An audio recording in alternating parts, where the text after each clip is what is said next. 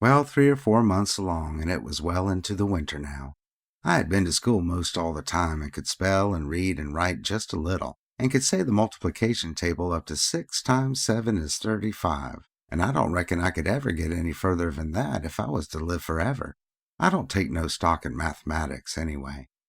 At first I hated the school, but by and by I got so I could stand it. Whenever I got uncommon tired, I played hooky, and the hiding I got next day done me good and cheered me up. So the longer I went to school, the easier it got to be. I was getting sort of used to the widow's ways, too, and they weren't so raspy on me. Living in a house and sleeping in a bed pulled on me pretty tight mostly, but before the cold weather I used to slide out and sleep in the woods sometimes, and so that was a rest to me. I liked the old ways best, but I was getting so I'd like the new ones, too, a little bit. The widow said I was coming along slow but sure, and doing very satisfactory.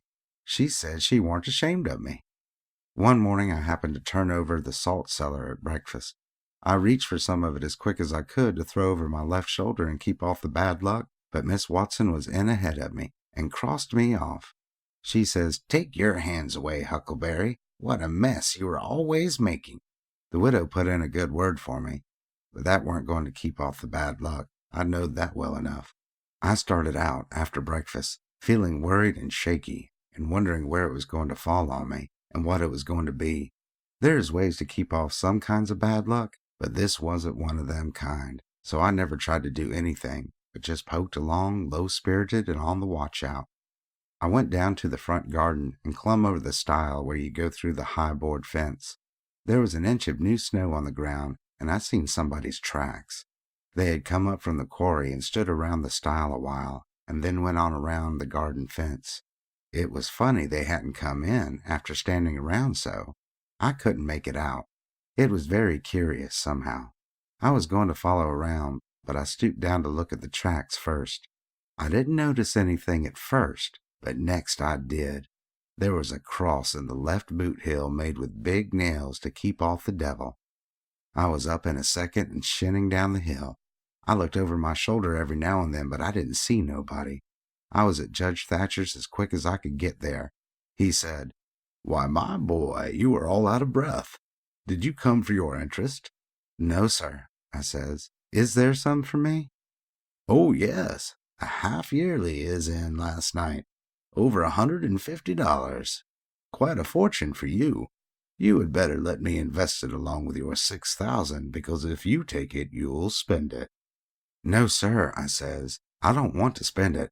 I don't want it at all, nor the 6,000 nother. I want you to take it. I want to give it to you, the 6,000 and all." He looked surprised. He couldn't seem to make it out. He says, "Why, what can you mean, my boy?" I says, "Don't you ask me no questions about it, please. You'll take it, won't you?" He says, "Well, I'm puzzled. Is something the matter?"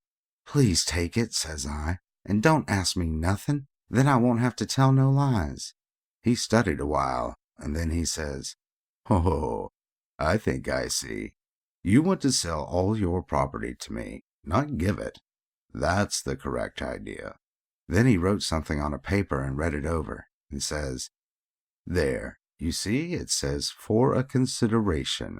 That means I have bought it of you and paid you for it. Here's $1 for you. Now you sign it." So I signed it and left. Miss Watson's nigger, Jim, had a hairball as big as your fist, which had been took out of the fourth stomach of an ox, and he used to do magic with it. He said there was a spirit inside of it, and it knowed everything. So I went to him that night and told him Pap was here again, for I found his tracks in the snow. What I wanted to know was, what was he going to do, and was he going to stay? Jim got out his hairball and said something over it, and then he held it up and dropped it on the floor. It fell pretty solid and only rolled about an inch.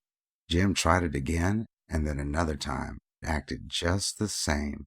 Jim got down on his knees and put his ear against it and listened. But it warn't no use. He said it wouldn't talk. He said sometimes it wouldn't talk without money.